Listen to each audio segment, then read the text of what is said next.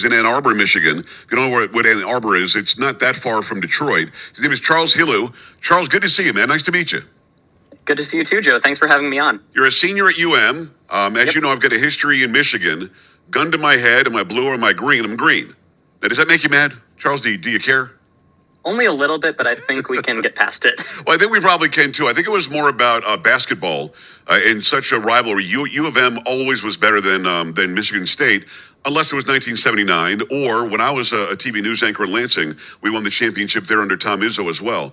But it's a big sports rivalry. But, of course, if you're in Michigan, we kind of like everybody in Michigan. These schools are very, very liberal. And I'm guessing that you're not a very liberal guy. You're a guy who's actually going to tell the truth, and you have a value system that is more conservative. What's it like being on the campus of University of Michigan, knowing that you're probably surrounded by a bunch of lefties? Well, it's certainly made for an interesting 4 years, Joe, and I've kind of been at the front of it. I'm the chairman of our Young Americans for Freedom chapter at the University of Michigan. I'm the editor-in-chief of Michigan Review, which is the conservative paper here on campus, and I'm also a student reporter for the College Fix. And that has given me an exposure to a lot of the liberalism that takes place on campus. It was most apparent to me when our YAF chapter hosted Ben Shapiro in the fall, just last semester. And that was a great time. It was an immensely fulfilling bit of work, but it didn't come without any of the backlash that so many of these events often have. There was an op-ed in our school newspaper about 2 weeks before the event that argued that the university should cancel the event. And, thank God for the First Amendment. There was no indication the university actually wanted to do that the administration actually wanted to cancel the event. But even if they wanted to, they couldn't, thanks to our free speech rights. And my board of our chapter, we actually had a discussion on how we wanted to respond to it. And we knew that we would milk it for publicity. Thankfully, they got more students talking about it and more students interested in it. But overall, we decided that we were going to persevere and we were going to prove them wrong. They said in the op-ed that this event would lead to violence and would threaten the safety of students. And we decided we were just going to work as hard as we possibly could to make an event that would further the campus dialogue and bring conservative ideas to campus and expose all the students at the University of Michigan to a new way of thinking. And we did just that. There were no fights, no violence, thankfully. And there's only one student that was particularly problematic, was this young lady who was dressed in leather, buttless chaps, and sad clown makeup. She attempted to sneak in. Yeah, I'm not joking. She attempted to sneak in a bag of frozen condoms into the event, presumably to throw during the speech, and security confiscated them, and they still let her in. And surprisingly, she did not come and ask a question or engage civilly in debate. She actually went into a bathroom and graffitied it with a lot of lewd stuff about Ben Shapiro. It's also odd to me. It's Charles Hilu. He is a student at University of Michigan. He's also a reporter for the College Fix. I'm glad that you're openly conservative on campus and unafraid. You should be able to. But what I don't understand, and maybe you can fill me in because you rub elbows with these people on campus, why does the left claim to be anti-fascist while doing everything they can to shut down any other opinions other than their own? That's clearly fascist. Why do people like that go and graffiti or want to throw frozen condoms when clearly that is against what they claim that they're for? If they really want free speech, it's got to be free speech for all of us, not just what they believe. Have you ever had a conversation with somebody who believes that they're right, and because they're right, because they believe freedom, they should be able to shut down anybody's voice? Did they ever make a case to you that made any sense at all? Well, as you can imagine, the people who believe that conservative students should really not have a voice on the campus are not as likely to engage with conservative students as the inverse might be. Right.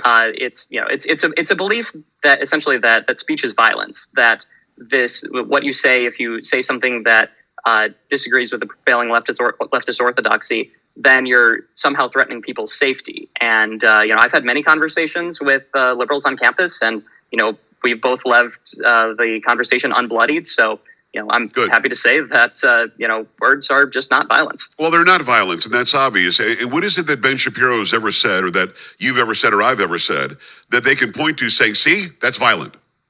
Do they ever make a case? There's sometimes it's generally stuff taken out of context, or things that, if you go into it with this mindset of this person is a fascist, this person is a horrible white supremacist, then you're going to read something out of context as something terrible. But generally, it's just not fascist at all. Well, of course it's not. And they're being fascist in their tactics to try to shut down speech. Literally, the First Amendment is only there because we disagree. If we all agreed on everything, it wouldn't have been necessary. It's necessary to protect speech that you don't like. And they need to get that through their heads. And these are all college educated people that just simply don't get it. Or they walked in without this sort of indoctrination and then received it from the professors on campus. Let's get into the stories because it goes further into what we're talking about. It's again Charles Hilu. He is from the College Fix. Goes to school. He's a Wolverine. You're a Wolverine. Are you proud to be a Wolverine? I'm proud. I'm especially proud of the Big Ten championship that our football team just won. See, now I don't watch any sports anymore. As soon as Colin Kaepernick started flopping around on the sideline, I decided I was done with until unless they stop all the political garbage. I probably won't go back. But congratulations on that. I don't even know what Michigan State did this year. To be honest with you, University of Michigan Union demands abortion funds and no cops. Okay, so what? And again. Why are people making demands? Maybe we can start in a very generic way. When you go to college, you're going there to learn something, get an education that will help you to succeed in life. You don't go to college to start demanding things of the college. When did this even start happening? It didn't happen when I was in school, but that's 40 years ago. Well, this particular union, it's called the Graduate Employees Organization. Generally, as a student at the University of Michigan, you're going to have your big campus lecture halls with 200 people where a professor is just talking nonstop almost for an hour and a half. And that's usually going to be supplemented by a smaller discussion section with around 20 people. And that's going to be taught by a graduate student instructor. And that's who the union represents, along with employed graduate researchers. These are essentially graduate students who are also pursuing an education, but they are also employed by the university in some capacity. And in exchange, they're given tuition waivers as well as a stipend that helps them with living expenses. And they have a collective bargaining agreement with the university that they negotiate a new one every few years. And this year is the time that they negotiate this new collective bargaining contract. And they have some typical union demands, such as higher pay, more benefits. And that's just in a union's nature that they're going to try and ask for that. But there are some rather interesting, to say the least, demands in this particular round of demands. There was, as you said, the demand to defund the police, to replace it with this community-led unarmed task force, as well as an abortion fund, and also free transgender surgeries and more accessible transgender surgeries. They wanted to take away the requirement that was in place that you had to be diagnosed with gender dysphoria by a medical professional. They wanted to take that requirement away and make it much easier for their members to get these types of surgeries. So unbelievably stupid. I got to be honest with you. It's just the whole thing's just dumb. Hopefully they won't get what they're asking for. But let me just ask you this, because I know the big house at University of Michigan holds 105,000 people. We know the campus is huge, thousands and thousands of people there at all times. Why wouldn't you want safety? Why wouldn't you want somebody that could, in fact, stop a rapist or somebody who's carjacking you or maybe trying to break into your dorm room? What exactly is the argument that police are bad? Because I don't remember anybody being killed on the University of Michigan campus because of police brutality. Right. The argument is generally a lot of these is a lot of sloganeering, unfortunately. So a lot of the idea is that the police, if there is some sort of, a lot of times what they bring up is a mental health issue or someone having a mental health crisis. They're, right. Upset that could potentially end in, the mentally ill person dying, which is a very concern, certainly. And there are concerns and discussions to be had about how exactly we can best minister to people who are in such terrible scenarios. But I don't know that the solution is necessarily to defund and disarm the police. I mean, there is crime on campus, is there not? Oh yeah, certainly. It's public information. There's breaking into cars. I've had a number of friends who have cars on campus, and their cars are broken into. So it's certainly necessary that we have police and we have someone to respond to these types of crimes. Of course. It's Charles Hilu. He is a reporter from the College Fix. University of Michigan Med School's anesthesiology department hosts critical race theory seminar to mark MLK Day. And I mentioned this before we started today. MLK would be very, very unhappy with critical race theory. But fill me on how they think this is advancing young minds. Well, unfortunately for this particular event, there actually wasn't a planned discussion of critical race theory as it relates to anesthesiology. It was just the anesthesiology department discussing critical race theory, and I reported on it for the College Fix, and I asked them just what exactly anesthesiology could learn from critical race theory, and the argument was essentially that any sector of our society, whether it's housing, education, and especially medicine, they said, was touched by racism, and they argued that you needed a lens to somehow look through. Look at your institutions, including the medical profession, and see where racism lies. And what they brought up was this EGFR. It's this medical calculation that I can't pronounce. It has essentially a determinant of kidney function. And there were these studies when they first created this type of metric back in the late 90s. There was some evidence that it was different among different races. So the calculations and the metrics of what exactly is a healthy EGFR calculation were different whether you're white or whether you were black. And in the early 2020s, just a couple of years ago, this particular distinction was taken away. Now, I'm not entirely sure. I'm not a med student. I'm not a medical professional. Yeah. So I couldn't tell you whether that was appropriate or not. But one can only hope that this was done because new evidence came to light rather than for some sort of social justice type of goal. Well, I've got to tell you, there is no connection whatsoever between, and you know this, critical race theory and anesthesiology, nor even medicine. Critical race theory, we keep being lied to by the left in this country that nobody's teaching critical race theory to kids in public school. It's not being taught. This is a law segment in law schools just to take a look at the way race plays a role, if at all, in law and in arrests and in prosecutions. This is not supposed to be about medicine. It's not supposed to be about high school, this, that, or the other. It's only supposed to be specific. We're told this by the left. It's not being taught anywhere. And in fact, it is being taught everywhere.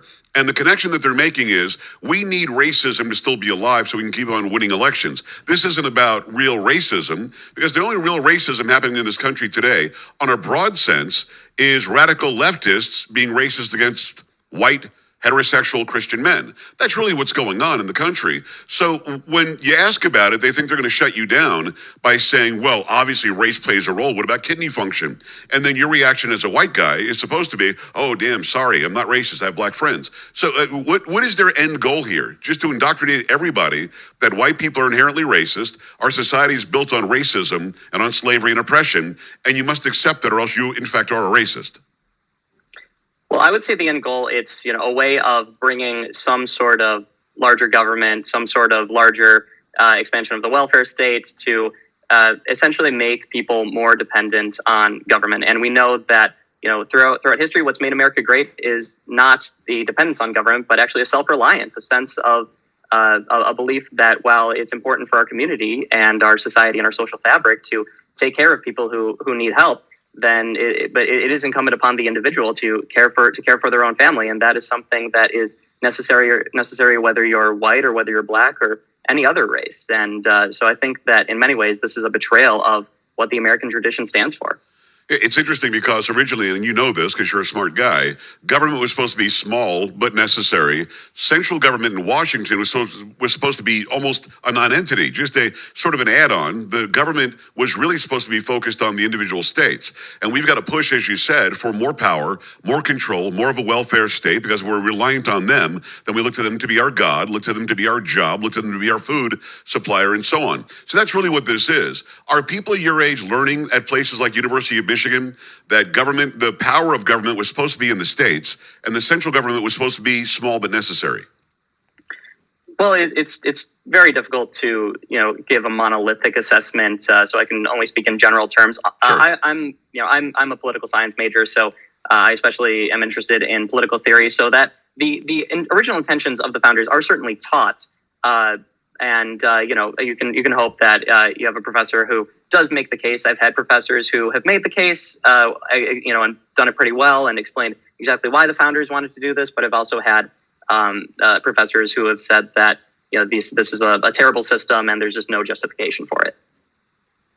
I'm with you. I think you're right, and I wish people would awaken. Maybe go read the Federalist Papers. Maybe go read the actual intent of the Constitution and understand that, well, of course, we're imperfect, but no way, there's no way, shape, or form the central government was supposed to be the controller of everything, and they're always continuing to try to grab more power. It's Charles Hilu. He is a reporter from the College Fix, goes to school at University of Michigan. Quickly on this last, we're not going to need a lot of time on this. This is obvious. Tell the people watching and listening what the percentage of election contributions are when it comes from Michigan faculty, whether they go to Democrats or Republicans. What's the percentages there?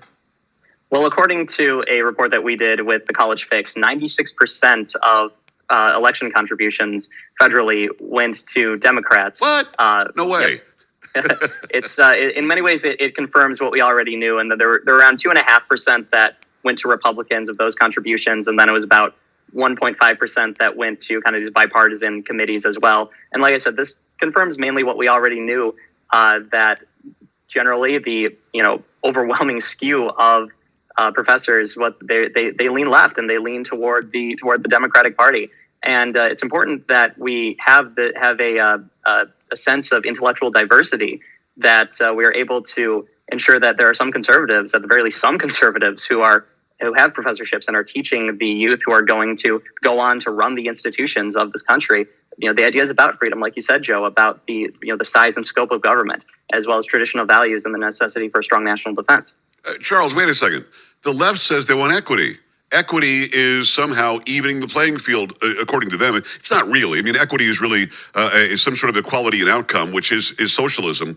But they say they want equity. They want diversity, DEI. How can you have 96% going to Democrats? It's almost like the NBA that's got 70 or 80% black players. If we really wanted diversity in DEI and equity, we would in fact have that everywhere. They don't really want it everywhere, do they? The little secret that's not very secret is that they really just want everything to go their way. And if we call it something like DEI or fill in the blank wokeness, then they can say you're a racist if you disagree. The obvious fact is they're not really for equity or DEI. They're for more things being like them.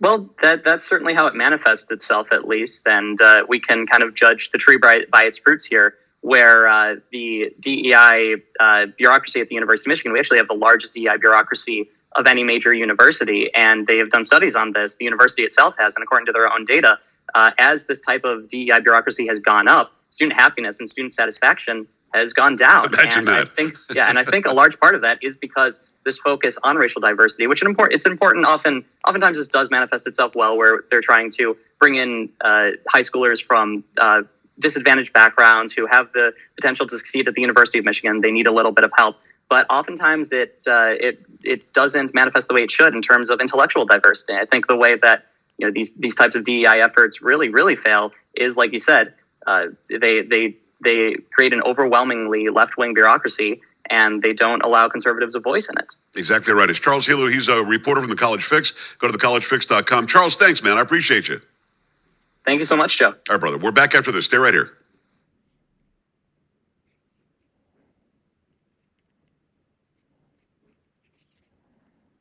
What's up, guys? Power Slap finale is live and free this Saturday night on Rumble.